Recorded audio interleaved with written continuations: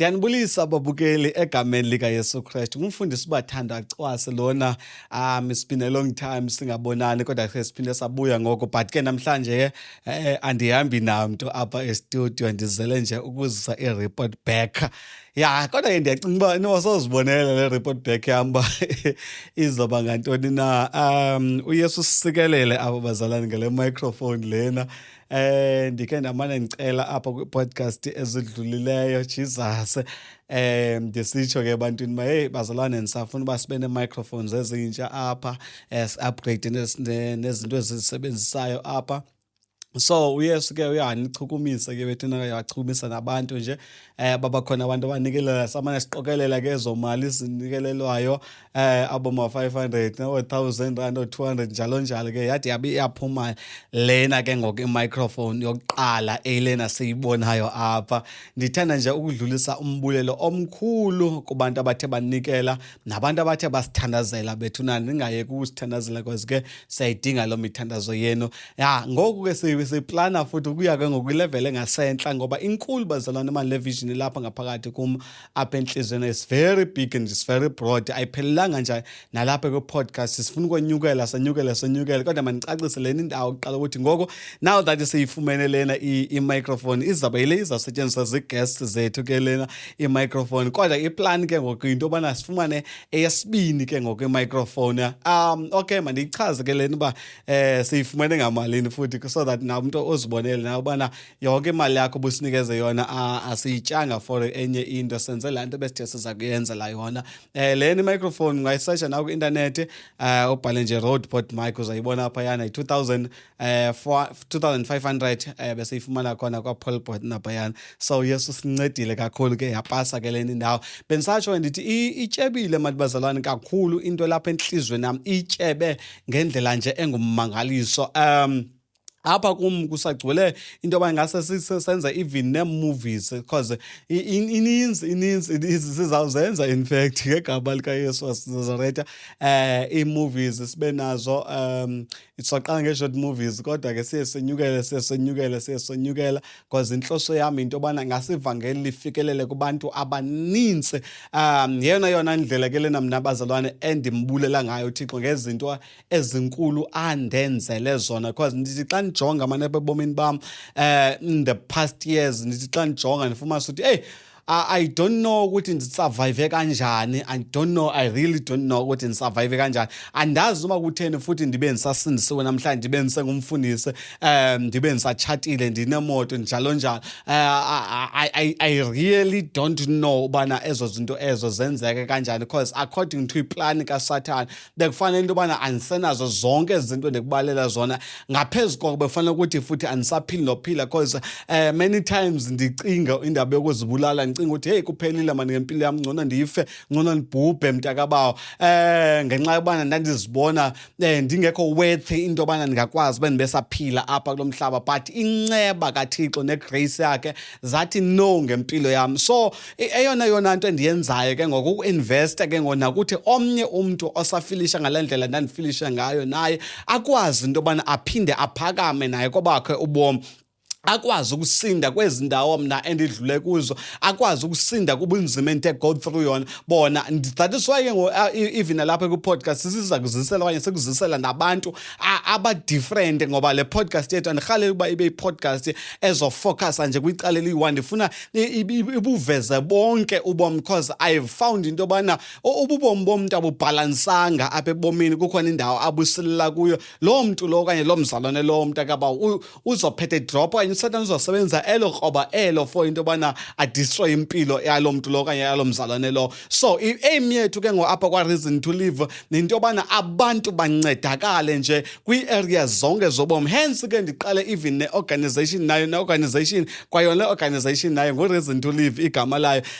Le nto esiyenza apha it's part of i-organization yethu whereby sifundisa abantu ngobomi and sisizisa ke ngoku izinto ezizokwazi ukuthi zincede abantu from ii-angles zonke zobomi. Ayibo, amen. Bendithanda nje ugqitha kuloo ndawo leyo injalo, nokuthi ke bazalwane enye into endinayidiscoverisha apha entsindisweni yam nalapha ebomini bam ile nto yaqala ngo-2012 lena. I think ndake ndayibalisa before.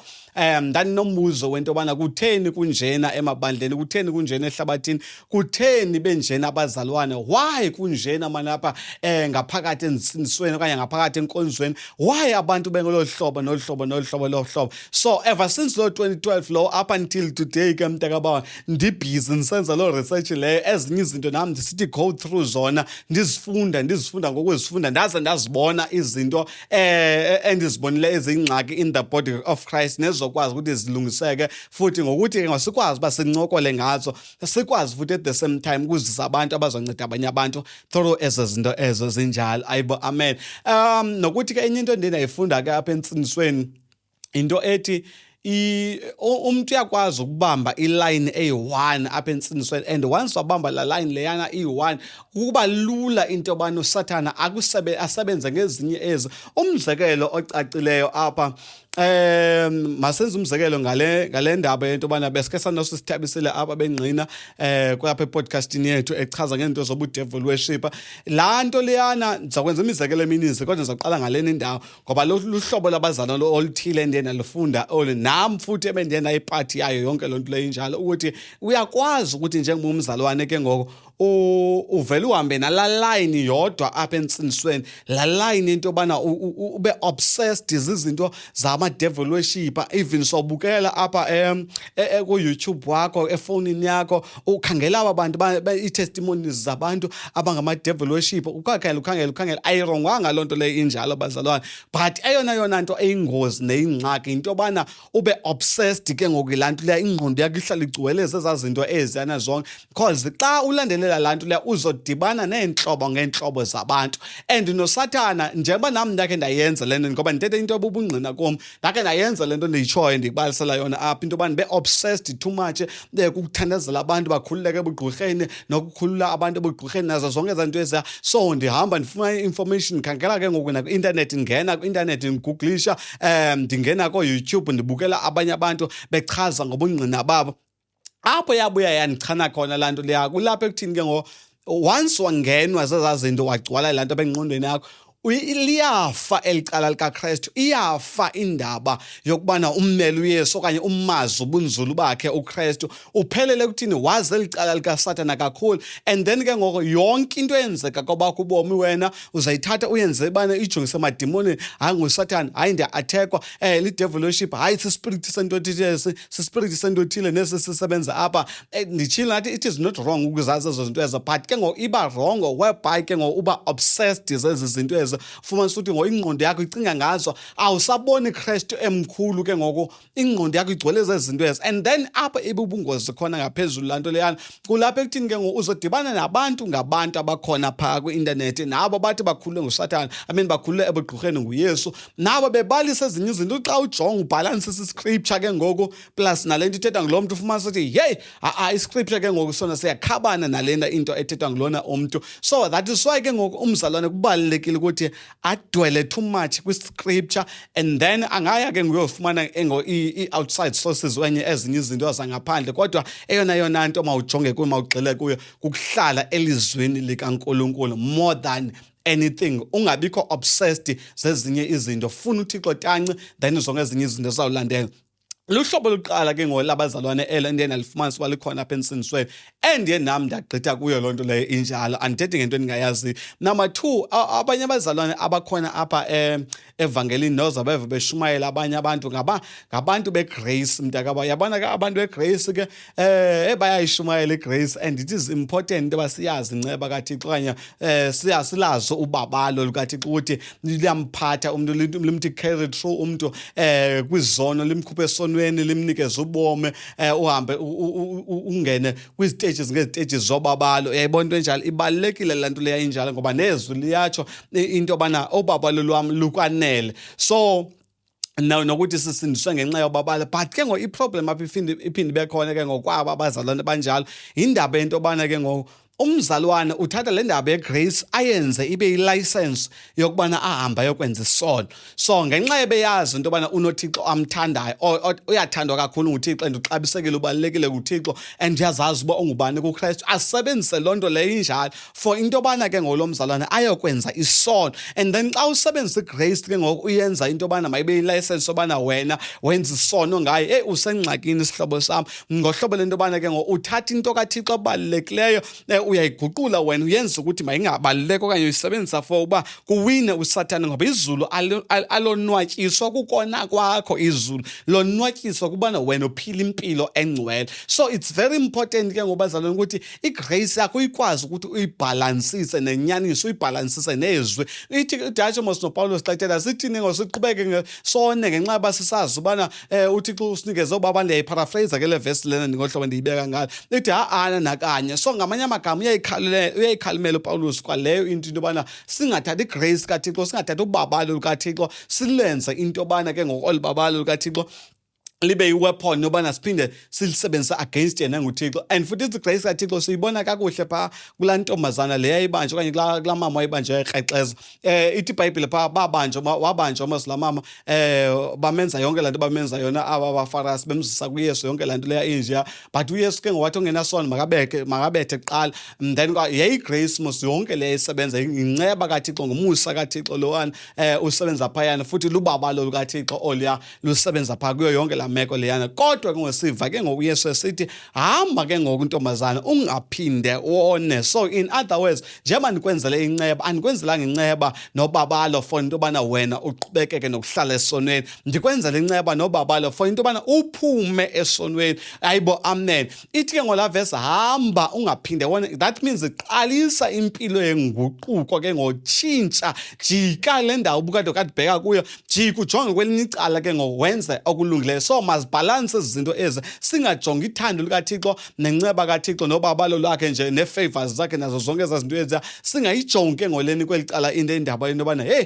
ndingaphethi ke ngoku ndisona. And at the same time also aba bazalwane banjena isininzi sexesha ngabantu ofumanisa obanye omhlawumbi baye bava kanzima ebomnini, then bafika bafumana irest xa befika kuJesu, bafumana le ndaba yokuba uThixo unegrace engakanani na ngobomi babo. So laa nto ke ngoyibenza ke ngoku bafike barelaxe ke ngonqaba bafumene into enqabileyo, into eluthando lukaThixo negrace kaNkulunkulu, and of which loo nto leyo i-right, loo nto leyo injalo. But ke ngoyiproblem lapha ekuthini ke ngokuhlale uve uthi zave esoneni ngenxa unethemba lento yobana igrace izanithwala. And then abanye abazalwane endifuna uke ndivele kubo ngabazalwane beziprofeto nee-revelations. Lolunye uhlobo labazalwane ke aba, even nenkonzo nayo yonke into abayenzayo ijikeleze around le ndaba yeziprofeto nee-revelations ezivela kuThixo. Singasese siyifaka nalena kaMoya Ingcwele nayo into yobana uMoya Ingcwele ungixelele okuthile ngoku, uMoya Ingcwele uthi masenze lena into, uMoya Ingcwele uthi masenze leya into, okanye athi uYesu uthi makwenziwe kanje nakanje nakanje nakanje. uYesu uyathetha bazalwane, uMoya Ingcwele uyathetha, and futhi izike ngoku ke uThixo futhi uyathetha ngamaphupho, uyazireveala futhi ngamaphupho nangemibono. But ke ngoku apha iphinde ibe dangerous khona ke ngoku the same thing ibuyela back kule nto ndithethe ngayo ekuqaleni into yobana ungabikho balanced ezwini ke ngoku. Fumanisa ukuthi hey sesimamela nje sesiva nje uthi uMoya Ingcwele, hayi uMoya Ingcwele uthe mandenze ngolu hlobo, uMoya Ingcwele uthi masenzeni ngolu hlobo, okanye uYesu uthi masenzeni ngolu hlobo. And then ke ngoku lo Moya Ingcwele lo ufumanisa ukuthi akasabhalansi nezwi likaNkulunkulu. Ngomoya Ingcwele okanye nguYesu lona kuthiwa uthe kanje nakanje nakanje, but izwi likaThixo alihambisani xa uyilandelelela le nto lena.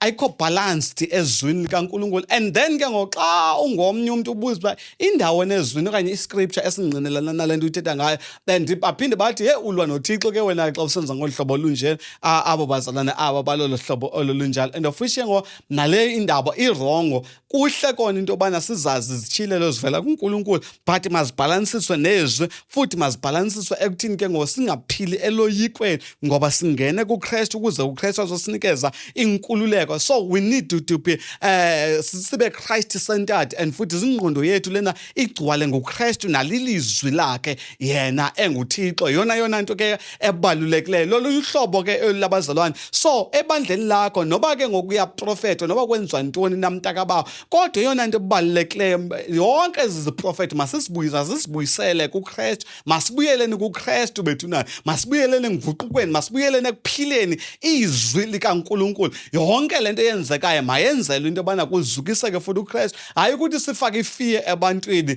kodwa makuzukiseke bani? uKristu kuyo yonke loo nto leyo injalo. Ayibo, amen.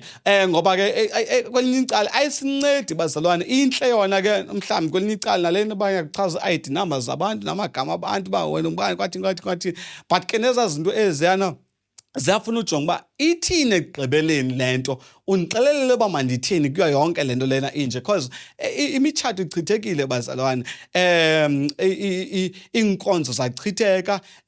Ndiyakuxelela ngenantsika mna ngabahlali, mna ummelwane akasovani nomnye ummelwane ngenxa yoba kuvele isiprofetho esithi wena uthakathwa ngubani. So ingahluki ke ngole ndaba yentsindiso kunye nalaa nto leyana yenantsika yenziwa ngamagqirha yobana kuthiwa uthakathwa ngummelwane, uthakathwa ngumazala wakho, uthakathwa ngubani bani. Ayibo, amen. So ofishe irongo xa izofika kwezi ndawo ezinjalo ke indaba ye-revelations nee-prophecies idinga umuntu ozokwazi uyikhulela futhi akhule naku-wisdom, kungaxabani ii-families, kungaxabani abantu ngenxa yakho, ngenxa yezinto ezitshilelwe nguThixo wena.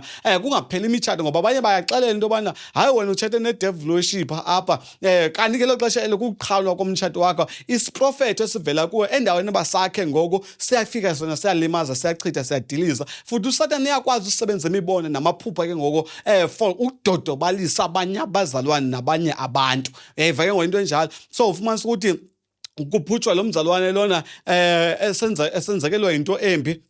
So endaweni yobana kuthandazwe ngale nto le, ufumanisa uba yinto nje yobana nakuvele into yobana bekhe laphutshwe liphupha linje okanye nombono wakho wabona umbono enje ngalona. So ofishe ngoku ayincedi into loo nto le enjalo, kanti umbono xa uboniwe nephupha xa liboniwe funeka kulwe nayo loo nto le ekaSathane enjalo. Mandigqithe ke kule ndawo ke mandiyiveze nale ndawo ethi again, njengoba benditshilo ndathetha ngento zo-YouTube ne-internet nantontoni, igcwele nalapha kwi-internet lalena into ndithetha ngayo ngoku apha, igcwele kwiindawo zonke, nalapha ko-YouTube igcwele, ko-TikTok, yonke indawo igcwele le nto le, abantu abaluhlobo olunjalo. Ezo zinto ezo funeka ube nobulumko bokuthi noba umamele kodwa uhambe uyobhalansisa nezwi le nto oyimameleyo, uhambe uyibhalansisa nezwi, uhambe uyothandaza ngayo futhi wena personally ke ngoku xa uqonda into yobana awukho sure ke ngoba ithini lena into, okanye ufumane umntu okhulileyo okanye abantu abakhulileyo abangazuthetha into ifanayo, then uzokwazi ke ngokwahlula ke ngoku kuyo yonke loo nto leyo injalo, ungaske uphethe ulahleka nje ngolo hlobo lunjalo. So lolunye uhlobo ke labazalwane ke elo elinjalo. And then ke wasiphinde sibe nabanye abazalwane aba be-prosperity ke mntakabawo, hayi ke abo ke bafuna uba bakuphunyelele apha enyameni ke kakhulu ke. I-problem yakhona ke kwelo cala lingapha, bayathanda ke uba nabo basilele kwezinye izinto, basilele mhlawumbi kweli cala likaSathane ke ngoku baphele nje kwelaa cala lebana makuphunyelele ezi-steps ngenze impumelelo nazo zirayithi ezo ntshumayelo, nive kakuhle bazalwane, but kubalulekile ukuthi izinto zethu esizenzayo zonke mazibe balanced, zonke izinto zibalayo apha nolu hlobo labazalwane, ukuze kwakheka umzalwane all-right ofuna nguThixo, funeka abe nazo zonke ezi qualities ezo okanye ezinto kuthethwa ngazo apha. Ayibo, amen. So omnye ke ngokumzalwane ndicinga sesiyibonile mos le yabazalwane be-prosperity and siyabazi nabo nendlela abashumayela ngayo. So iproblem ke ngoku ukuthi i-prosperity yethu mayibuye izozukisa uKristu, yonke into esenzayo mayibuye iyozukisa uKristu. Kuhle kona ubana masibe prosperous yebazalwane, ngoba kuyingxaki into yobana ube ngumzalwane ohluphekayo ongenamali. Hayi, andifuna uxoka kweli cala lingapha shem, hayi i-problem very serious le. That is why ke apha nalapha kule podcast yethu sibabiza nabantu abathetha ngemali nabafundisa ngemali ukuthi singabazalwane siyenza kanjani na imali, because siphetha siqashwa nakwindawo ezinabantu abangasindiswanga, nabantu futhi abasihlukumezela inkolo yethu. Umuntu aphethe ke ngemali entsindiswa just because banqabile abazalwane aba in the marketplace, abazalwane abahleliyo phayana ekuthini bazukisa uThixo ngengcebo yabo okanye babe nengqondo ze-ideas ze-businesses nazo zonke ezazinto ezintsha. And esa space esakunika singenile kuzo, but njengoba ungena kwesa space esa, ngena uthandazela ubulumko. Nkosi, ndicela undinikeze ubulumko, ndingalahlekani nobungcwele bakho njengoba ndingena kwesi space esinjena, futhi ndingalahlekani nezwi lakho kuyo yonke le. Ndicela i-wisdom, ngoba i-wisdom yinto yobana ukwazi ukuthi kwesi simo esojongene naso ndizophuncuka kanjani, ndizokwenza kanjani ukuze sibe sisimo right esizozukisa uNkulunkulu. Ithe ke iBhayibhile ke uba awunabo ubulumko bucele kuThixo, thandaza. nguJames lo chapter 1 izoxela kanjalo, thandaza ucele ubulumko kuThixo. That is why uSolomon waye prosperous ngola hlobo waye prosperous ngayo, ephumelele nje ebomini bakhe. Ngxaki wacela ubulumko, ebulumkweni ne-understanding kwathi wavembuka nezinye izinto. So akurongwanga into yobana sibe nengebo okanye sitshebe singabazalwane, akukho rongo loo nto leyo injalo. But into ebalulekileyo ke ezi zinto zakho maziphinde zibuyise uzuko kuNkulunkulu xa zizonke. U-Abraham babezizityebi mntakabawo, ayibo, amen.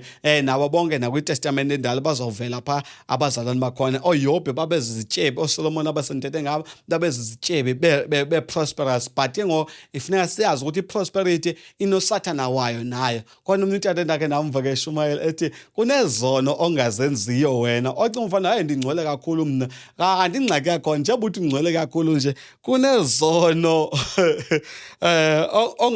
ongazi-afodiyo wena. That is why ungasenzi. Ingxaki yakhona awuzi-afford, awunayo imali yokuzenza ezo zono ezo zinjalo. So that is why ucinga bafana ke ngokungcwele. So indaba yokungena ke ngokwi-prosperity ke inamadimoni akhona, inendlela yesatana asebenza ngayo yakhona, ekudingeka ukuthi umzalwane ke ahlale ezwini, amamele umoya ongcwele, ahlale emthandazweni ukuze angaphulukani nobungcwele bakhe. Ayibo, amen. Alunye uhlobo labazalwane ke elikhoyo kwalapha ke evangelini, luhlobo labazalwane abajonga ke ngokubona kakhulu imbonakalo yangaphandle. So which is ke ngoko bajonga uba umama unxiba njani, utata unxiba kanjani, yonke nje laa nto leya injeyana. Ubungcwele bangaphandle mabubonakale, kubonakala into yobana umama uyarhuqisa, zonke ezaa zinto ezinje uyathwala enhloko, yonke laa nto leyana njalo njalo. Anditsho uba irongo loo nto leyo injalo, nayo undive kakuhle, but ke iproblem apha iba khona isekuthini ube obsessed kukujonga elaa cala lodwa. Ufumanisa ukuthi ke ngokumzekelo ubana wena ufundisiwe okanye uyawaqaphela into yobana ke uSathane zinoSathane izinto ezifakelwayo ngabantu bongomama, ezinto ezifakelwayo ze-fiber ne-weave nentontoni. Ufumanisa ukuthi ke ngoku wena kunezinto zakho obunozifundiswa ngumuntu onxibe iweave, ngumuntu ozinxibele ibhlukwe, ngumuntu ongumama. Kube nento ebalulekileyo benoyithetha laa mntu lowana unjeya, but just because uthe usawuvula nje i-TV okanye ifowuni yakho uthi wawumbona uthi yho ngamasikizi lona umntu khawuleza ugqithe kuyo, hayi akafani nathi urongo lomna umntu unjena. Ufumanisa ukuthi uphoswa ke ngoku yinto obunoyifunda. Umzekelo le ndaba yegrace endithetha ngayo, bayancedwa kabo bazalwane abandibakowutayo kwiindaba zento zegrace uba bazazi zona uba zihamba ngaluphi uhlobo. Kanti ubunofunda something phaa kulaa mzalwane lowana unjeya, uthathe laa nto incinci phayana njengaxa usitya uSnookfish, ayibo, amen, utyamos le ndawo irayithi, ushiya amathambo alahlele phaa ngaphandle. So it's very important ukuthi uyikhulele ke ngoku le mfundiso ifundiswayo nasebandleni lakho, then ukhule ke ngoku nokuthi ke ngoku ungaphethi intsindiso yakho ithe kanje ngolu hlobo olunjena, uphethe ke ngoku kwelinye icala usona. Because aba bazalwane aba banditshoyo bajonga ke ngoku ingaphandle, ufumanisa ukuthi njengoba bejonga ingaphandle, ingaphakathi lona lisalimele. Yenye iproblem ke ekhona ke ngole ampro kubo bonke ke abasendibabali, nenye iproblem le apha evangelini ndiyayiqaphela, because ndiqaphele ndayifunda mna bazalwane into yothi ubana ingaphakathi lakho lisalimele, noba unganjani ngaphandle unxibe kakuhle ubonakala ube ngumzalwane, but ingaphakathi lakho uba lisalimele, if emotions zakho akakwazi ukuzilawula, akwafundi indaba self-control nazo zonke ezaa zinto ezinjeya, kodwa sowuhamba indlela ende mntakabawo entsindisweni yakho, laa nto ongakhange uyihoye ngelaa xesha eli bekufanele uyihoye ngalo usaqala entsindisweni yakho okanye apha ebomini bakho, izawugqabhuka ivuke phaa kude phaya, ivumbuke injalo. That is why ke ngosisiva abantu besithi abekhalaza besicinga fanele bayasithuka thina abantu basindiswe xa besithi aba bantu aba hayi banxiba nje lokho ezinde nje aba abafana nje banxiba isuti nje aba kodwa bakhohlakele phangaphakathi apha kubo ufumanisa ukuthi nyani xa uyilandelela lento hey lo mzalwane lona kodwa nyani on a serious note oyena uyabonakala imbonakalo yakhe inhle yangaphandle kodwa inhliziyo lena yakhe ayikalungiswa ayikabikho right and futhi xa esiya kuThixo unendlela ethile ambona ngayo uThixo umbona eyindoda eyoyikekayo enguThixo enkwesami oyikeka ngendlela njengomangalisi iBhayibheli ichile ukuthi masimoyike noThixo bazalwane nendve kakuhle but at the same time uThixo yena into ayifunayo ukuthi ufuna ba sibe ne relationship kunye naye akafuni into yobana simqhele kakubi yabona umqhele but umqhele ngendlela embi but iyafuna yena uba abe ngumhlobo kunye nawe uthi atsho masu noJesu I think uYohane chapter 14:15 lo atsho athi nizihlobo zami nini uba niyayigcina imithetho yami yabo so iyona into ayifunayo uThixo ubana masibe nobuhlobo kunye naye sikwazi uku-approach i-throne room yakhe sizazi ukuthi singobani thina uyabona sikwazi uyofika sifike ngqo kuye uThixo sibambane naye sibe ne-experiences esizifumanayo ngenxa yokuhlala kuye yena enguNkulunkulu so xa umoyike ke ngokuThixo unendlela ethile ombona ngayo lanti ibuye ngoyizoba iproblem apha kuye umbona enguThixo ongcolayo enguThixo ojonga into encinci wrong oyenzayo abe seyifuna ukugweba umjonge ngolohlobo elo linjalo anditsho bana andikuvulela bana uye esonweni lento ndithetha ngayo apho ndive kakuhle andikuvulela bohambe yokona but ndithi mazi lo Thixo othetha ngayo mazi lo Thixo omfunayo kanye omkhonzayo sukuphelela nje apha kwimbonakalo yangaphandle ngena kwingaphakathi lakho ulilungise ngaphakathi lakho ulinya ingaphakathi lakho wenza sure ubunyangekile ubana uyenzi lonto leyinjalo uSathane uza kulinda kwifuture and uSathane masalana he is very patient uSathane ungamtyumza umnqobe umoyise for 20 years for 30 years ayekubamba kunyaka we40 athi ndikulinde kulaa nyaka we40 wena ndizagqiba kulaa nyaka we40 isiphelo sakho sibe sibi nendlela oba ukade ubaleka ngayo umkhonza ngayo uThixo baninzi abazalwane esibaziyo nebe bekade beshumayela ivangeli lenyaniso naba sesisithi singabaprofeti bawuxolo babeqale bashumayela inyaniso qala bezimisele ngokumkhonza uNkulunkulu but along the way kwenzekayo ngoba uSathane akamncami umuntu uSathane uthi nca apha emva kwakho akufunde akukhangele ngandlela zonke uba ndingamfumana kanjani nalamzalwane so ubungcwele bakho mabuqale ngaphakathi apha kuwe enhlizweni yakho ube aligned with the plan and the will of God buphumele ngaphandle ubungcwele bakho not leni into yobana aba beGrace abazalwane besithi bona hayi lento ingaphakathi cha kuphela uThixo kanandaba nendlela enginxibe ngayo ngaphandle that is 100% wrong nayo le uThixo uthe masinxibe ngokundilisekileyo nalapha ngaphandle so it's very important ukuthi sibuye sizijonge nezinto ezinjalo eze singabazalwane ndicinga ndiyazikhavarishe ke bazalwane kakhulu ezinto eze ngobuninzi bazo enye part endiyilibalayo lo hlobo labazalwane ababona beknowledge yabona lento yongena ko Google leya ndawo xa ungena kwezindawo zonke naba YouTube ukhangela information uzawufumana phayana bekuxelela about i-Illuminati bekuxelela about into zo-666 bekuxelela about zonke ezazinto akukho wrong again undive kakuhle azikho wrong nazo ezo zinto ezo uba uzazi but i-information yakho oyifumanayo suba obsessed zeza zinto ezikhoba ezazinto zikwenza ubone uSathane everywhere uba ngajikela ngapha ubona uSathane uba ngajikela ngapha ubona uSathane ubana bekuthiwe into eyi-triangle mtakaba uyi-symbol ye-Illuminati uzoba ngajikela ngapha ubona i-triangle uba ngajikela ngapha ubona i-triangle uba ngajikela ngapha ubona i-triangle uthi yi-Illuminati le i-Illuminati nale Illuminati nale Illuminati nale so uphethe ke insindiso yakho iye iyotshona ekoneni uyotshona ekoneni endaweni yonto yobana ugcwale idominion ugcwale kuba ngulamzalwane lona ofuna nguNkulunkulu uba ngumzalwane ozicuthileyo onefiye engumangaliso ohlala ugadene noSathane apha hamba kho uhlala ujonga uSathane ndijonga uSathane that is 100% wrong bazalwane ayibo amen so funeke ngobe ngumzalwane awukwazi uzazi izinto eziya njengoba uzazi but wazi izwi kakhulu ubone ubuhle bukaThixo kakhulu ehlabathini more than ukubona obubi bukaSathane ngoba ingqondo iwired ngolhlobo lento ofocuse kakhulu kuyo ilena ozayibona noba uhamba ubhekaphi na. So if uzobona uSathane namademon everywhere uzowabona everywhere and ke nyani ubunyanisile wabona everywhere ungabi sabubona ubuhle nobukhulu bukaThixo kwizinto ezenzeka even in your own life awububona ubuhle nobukhulu bukaThixo. Uhlala xa uvuka ekuseni uSathane wenza le uSathane wenza le amademon enza le kwathini kwathi naliya hayi bazalwana must be grounded in the word of God, sibe grounded sibe rooted kulo izwi likaNkulunkulu. Funa uThixo ngenhliziyo yakho yonke spend ixesha lakho kunye noThixo wakho. Then kunalihlobo labazalwane ke ngoku olulona uhlobo labazalwane ngabazalwane abaye balimala ke entsindisweni okanye balimala ngaphakathi enkonzweni then uzobeva ke ngoba sithi hayi ke asimshiyanga uThixo thina sishiye nje inkonzo okanye umuntu abe independence ke sathetha ngaye ke kwezi podcast izidlulelo into le umuntu aziqoma ndiyoziqokelela ndibe ndodwa apha ecaleni. I-problem yalanto leya xa uSathane ezokuhlasela wena mntakabawo ukuhlasela uwedwa akuhlasele uwedwa uSathane noba nilibandla ke nizoba libandla lithile elizogroupishana nibe nodwa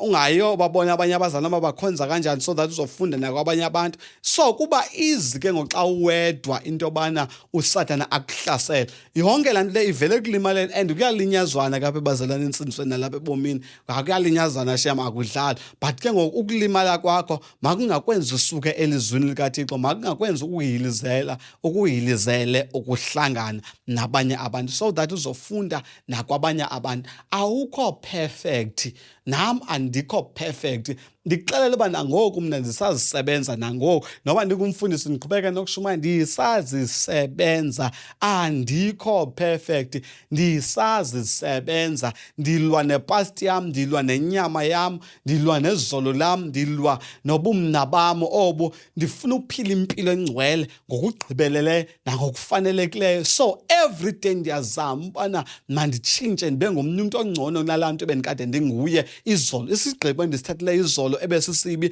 namhlanje mandisifunde into bana sasigqibo ndithethe izolo sindithathe sandibeka phi na ndizawuthina usukela ngokubheka phambili. So udingeka uba ube ngumzalwane onjalo ongathi hayi ndikhule kakhulu mina ngoba kunelo hlobo labazalwane nabafundisi nabobishop andikhule kakhulu mina mntakabawo ngubani onoshumayela njengami apha akekho umuntu oshumayela njengami once wangena kuleyo ke into ndithethe into endiyaziyo mna whereby ndandizibona nami ndingoyena powerful engekho mfundisi njengomfundisi wami ngenkonzo yami engekho nkonzo njengayo si-powerful thina yabona. Once wangenwa yiloo ngqondo leyo enjalo mhlobo wami ndiyakuxelela ithi iBhayibhile pride goes before i-destruction. Uqala ube nempakamo ethile phaa phambili ungayiqapheli uba yimpakamo then phaa phambili uzobuya uyolimala kabuhlungu futhi ngenxa yale nto ndithetha ngayo yokubana uye wazibona wena ungoyena yena omkhulu ngaphezu kwabantu bonke. Hence ke bendike ndayiveza nakulaa podcast iphelele le nto ndisithi bazalwane niyilumkele le nto inje ukubana xa umane uthandazela abantu bekhululeka futhi bephila abantu sihlobo sami ilumkele le ndaba yempakamo ungenza izinto ngenxa yento bana usithi hayi ndimkhulu ngoku hayi ndiyi-man of God ngoku hayi ndiyi-woman of God powerful ngoku ndiyabogqitha obani. Nkosi yami ndawabamba mna amazwi akathetha ngomnye utata esithi lo tata lowo uDavide wathi ngexesha lokufa kukaSawule zanga celebrate uDavide kuba kusithiwa uSawule ubulewe wabuza umbuzo bana wena usisa njani isandla kumgcotshwa kaThixo even though uSawule wayesengasekho ngendlela eright but uDavide wayesambona yena engumgcotshwa kaThixo uSawule. So ndawabamba lo mazwi anjalo. It is very important bazalwane into bana ungazenzi ingcono wena ngenxa yento bana ifavor kaThixo isandla sikaThixo nenceba kaThixo kaThixo sephezulu yakho impilo ngaleni season, ngoba kuyeza yakho isizini nawe iyakufikela isizini ongakhange uyilindele noyilindele into obane ngavela kwelacala avela ngayo avela afike uSathana akubethe ngendlela engummangaliso mntakabawo uxakane nawe uqome hey hayi ngoku ndiyabona into obana kwakutheni ubani azenze ngolahlobo linjeyana ayibo amen. So ziyenzeka ke izinto ezozinjalo apha evangelini le ndlela leni ifuna umuntu ozayithela chu abe nobulumko abe nentobeko kwinto yonke ayenzayo. Uba ufuna uba ngumzalwane ohamba noThixo iba nentobeko ehla sukuzenza ngcono sukuzenza bhetele kunabanye abantu. Uba uThixo sakunikeze ifavor celebrate lo favor leyo kaThixo futhi iba wise ukuthi uyijonge le favor kaThixo ukuba le favor kaNkulunkulu yale season ndizayisebenza kanjani ukuze ikwazi undisustain for the rest of my life. Naxa uThixo sakunikeze imali ndiyafuna ke ndiyiveze nje naloyo ndawo uThixo akunikeze ifavor into obana ube nemali lumka mzalwane wami sebenzisa lo ndlela leyo in a very wise way cause ubomi asibazi. uYobi kwasa ndikuxelela mna kwasa uYobi kwasa okanye mandithi walala eyindoda esisitshebe nezinto zonke kodwa ngengomso zemka zonke ezo zinto ezo washiyeka engenanto. So ubomi uyakwazi ukukuhamblisha mntakabawo ngaloo ndlela leyo njalo. So ubupha phezulu wabadelela bonke abanye abantu xa sowusiwa awubi namntu ozokuganga. And at the same time ndiyifundile mna ndayiqaphela ndayibona into ethi laa mntu yena ogqithe ehlazweni namhlanje ahlekwe ngabantu bonke xa ebuyela kuThixo uThixo uyamrestore azibuyise zonke izinto zakhe ze bonke abawa emva kwakhe okanye abadibana nelahlazo bedlula kuyo bareferishe kulaa mntu bathi hey ndiyambulela uThixo owaqala wenza into obana ubani adlule kulaa nto ukuze ndibone uba laa nto iyingozi kanjani nokuthi futhi kuyakwazeka ukuphileka umuntu edibene nesasimo sinje kukwazi ukuqhubekeka ebomini nasentsindisweni umuntu noba wehlelwe sesasimo sinje. So into ebuhlungu ke ngokuhleka umuntu osengxakini nosesesonweni okanye nothe wawa entsindisweni yakhe into obana uzothi wena xa sekufikela kwixesha lokuwa ayibo amen xa sekufikela kwixesha lokuwa mntakabawo abe yena seyiphinde waphakanyiswa nguThixo wabheka phezulu. So ngexesha umhleka ke ngokuwena mntakabawo awuzuba namuntu okuphakamisa kodwa ubana uthe wamhleka wamthandazisa la mzalwane wa-understanda futhi ukuthi sisemfazweni uzokwazi ukuthi nawe xa wehlelwa kokubi uhambe uyoncokola nalaa mntu lo ethi hey hayi nami zendibetha ngokwami ndake ndakubona usehlelwa yintwembi nakanje wadlula kanjani wena kulaa nto nakuleya. So it's very important ke bazalwane ukuthi ube ngumzalwane very wise umzalwane grounded in the word of God umzalwane onobulumko singatsho ngolo hlobo elinjalo umzalwane obalanced kuzo zonke izinto zobomi ayibo amen. So beninalo nto leyo njalo benifuna nje ukuyisharisha ke bazalwane nokuthi siphinde sindigxinisise ukuthi why apha kwi-podcast yethu singazufocusa kwicala eliyi-1 sifuna uba sibe diverse okanye sibe nezinto ezininzi esizodilishana nazo so that nawe xa uthe wadinga something uzazi apho unokuya khona apho unokwazi ukuthi ufunde khona into onokuthi ukwazi ukuyifunda ayibo amen. Ndiyacinga uba noko ke ndicuthile ke mntakabawo haleluya ndiyacinga uba ndicuthile. Ndiyani uba ndibafake nabo abazalwane kodwa bakhona baninzi nabo abazalwane be-authority mntakabawo bazikhukhumalisileyo mntakabawo basebenzisa ke ngoku indaba yevangeli in a wrong way. Le ndaba yokukhukhumala that is ndizama ucacisa into ethi once umuntu wabekwa esikhundleni esithile asebenzise lo magunya anga for usuppressa adodobalisa abanye abantu utshone phansi ngomnye umuntu abacinezela abantu bakaThixo abenze into obana mabafilishe ubunzima so that akwazi uba oyikwe so that azazi nobana hayi ndingoyena mkhulu mntakabawo ayibo amen. So that is 100% wrong. UbuThixo kubeke kwiposition ethile yazi ukuthi umuntu ngumuntu mazi umuntu thobeka ehla lungisa futhi at the same time qaphela wazi ukuthi uthobeka up until when ngoba yenye ke nalento ufuna siyifundile singabazalwane amen. Ngoba abo bazalwane banjena bayakwazi ukusebenzisa la authority into bana ndingubishop ndiyilida yena nini abantu abatsha thobelani mna iBhayibhile ithe masibathobela basemagunyeni ndimdala kuwe, ungumntana wena, kwathini. Yabona ke ezo zinto ezo zinjalo, they are very wrong. So funeka usijongile ngoba wenza kanjani ke ngoku ububulumko phofu into eza kunceda kuzo ezo zinto ezo ezinjalo. Ayibo, amen. So bendifuna nje usharisha ezo zinto ezo zinjalo ke nokuchaza ukuthi ke senze ntoni na apha ke futhi ke ku-Reason to Live Organization. Amen. I can't wait ke bazalwane ukuthi uThixo sincede sibe siyakhula, siba nenye i-microphone futhi at the same time sibe naso nestudio esizokwazi bahlalele kuzo ii-interviews zethu kakuhle, ngoba lena indawo esisebenzela kuyo hayi ungayihleka ulale xa unoyibona. Ayibo, amen. Nangona ke intle xa uyibona ke apha ekhamereni. So ndiyayifuna indawo ezoba sistudio sethu ke esizokwazi uba sikhulisane kuyo loo nto leyo injalo, and sizobiza iintlobo ngeentlobo zabantu futhi at the same time I can't wait ukubona i-short movies esizawuzenza. Ndinazo nee-series ezilapha kule ngqondo nakule ntliziyo yam endirhaleke ndizibone zidlala koo-TV mntakabawo. Amen. Ndinazo ezo zinto ezinjalo zigcwele apha entliziyweni lena yam, ngoba ndirhalela ukuthi singabazalwane sikwazi into yoba sikhe sitshintshe indlela yokucinga nendlela yokuvangela, ngoba uSathane akami esitratweni bazalwane. uSathane athi zanojoyina mna akayenzi le into uSathane. Andikamboni in fact esenze open air uSathane esithi zanojoyina uSathane, nizojoyina uSathane. uSathane ucreate ii-systems zakhe yena azithembileyo uba ubana ndibenzise into ethile, ndabenza babukela into ezithile, ii-results zaloo nto leyo zizawuphuma phaya. Ubana ndimoshe i-society ngolu hlobo, ndamosha imitshato ngolu hlobo, ndamosha izikolo ngolu hlobo nangolu hlobo, surely kuzogcwala ezijele, surely bazawubulalana bebodwa. So uve wacreate ii-systems uSathana ogqiba phola emva koko ukuvangela kwakhe ke oko yena enguSathana. Amen. So ukuze thina sikwazi ke ngoku into yobana silwe nalo Sathane ngokwela level yakho enguSathane, we need to create izinto nathi ezizawulwa nezinto ezenziwa nguSathane. So if uSathane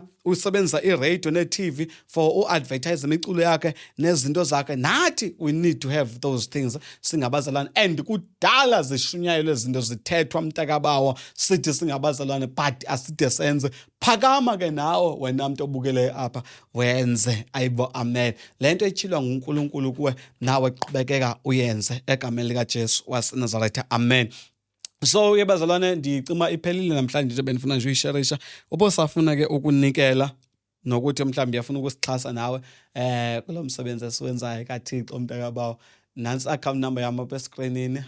Ndiyacela nje bethunana usixhasa nje ngendlela njengommangaliso. Lo mali onayo iza kwenza umahluko. Sileqa ke ngokuthi sithenge eyesibini i-microphone enjengalena mntakabawo uYesu nje esinceda. Ayibo, amen. Ndingavuya kakhulu ukuthi xa sesivula next year sivule nge-episode yethu sibe sesinazo eza mic zoyi-2. Yo, hayi ndingonwaba kakhulu mntakabawo uba kungenzeka into enjalo. Ayibo, haleluya. Sinazo neemvumi ezisazoza apha. Hey wena uzayibona le nto iqala kancinci le iyakude apha ibheka khona. Ayibo, amen. Iyakude le podcast ndiyakuxelela. Ndiyathanda ukuzibalisa ezam izinto ke ndizithetha ngolu hlobo ndizithetha ngalo.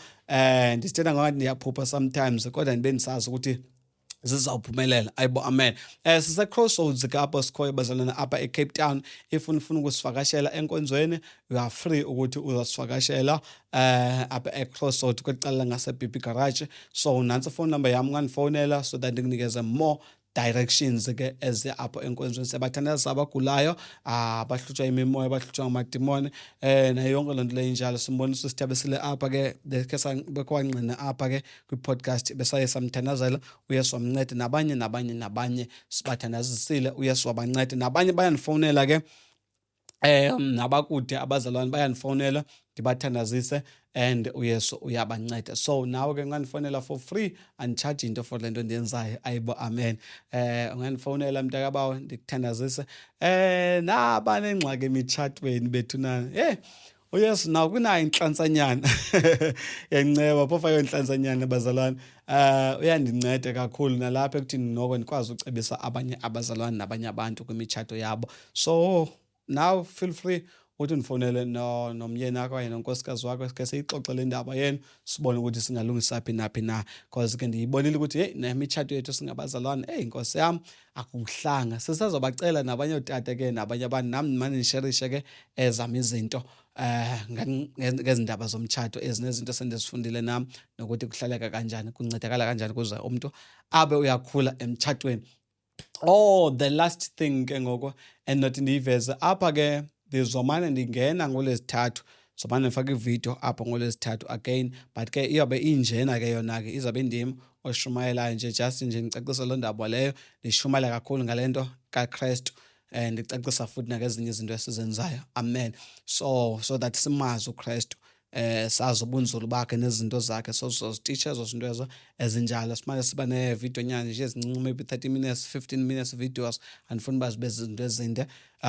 Sizoba nezo videos ezinjalo futhi at the same time ndineencwadi endizibhalileyo nendibhizi zizo futhi ukuzi-editha, kodwa seyiphumile incwadi yethi Ngubani uMoya Oyingcwele, yenye ye-part of eza research bendithetha ngazo, ndithi ndandenza i-research, so ndaphuma nento ethi isininzi sabazalwane abamazi uMoya Oyingcwele ukuthi kahle kahle ungubani, usebenza kanjani, ehlala phi, kanjani. So I wrote a book ethi Ngubani uMoya Oyingcwele yesiXhosa, but I'm busy with uku-editha i-translation ye-English yayo loo ncwadi leyo. But ke since ke ngoku bekusavaliwe ezindaweni zeprint anastock but ndizabuye ndizicacise kakuhle ezo zinto ezo. Kwale nto ndithetha ngayo namhlanje apha, there is a book endiyibhalileyo nendisebhizi nayo ukuyi-editha ke ngoku yona, ethetha ngazo ezi zinto ndigqiba uthetha ngazo iintlobo zabazalwane, nokuthi uKrestu kanye uThixo ufuna uba sibe ngabazalwane abanjani na. Ikhona incwadi yaloo nto leyo enjalo. There are so many books endizibhalileyo mntakabawo, nesasho uba ndizipublishe, kodwa unyaka ngomnye lo ka-2026. Ayibo, amen. Uzazibona, sizazibeka apha emva kwam mntakabawo, sizidwelise so that ukwazi ubana ke uyithenge le ncwadi leyo xa ufuna ukuyithenga. Okwangoku kodwa ke zi-out of stock ezi ncwadi ezindithetha ngazo, and ii-printers zethu zisavalile and siprinta kuzo. Amen. Senze nguDisemba. Enkosi kakhulu ngexesha lakho uYesu akusikelele. You can follow me on Facebook, ndingu-PST Bathanda Cwasicwasi phaa kuFacebook. Ungandilandela khona phaa, ndiyabhala everyday intshumayelo, daily messages, nalapha ke kuYouTube nakuTikTok ndikhona. uYesu akusikelele kakhulu. God bless you all. Amen.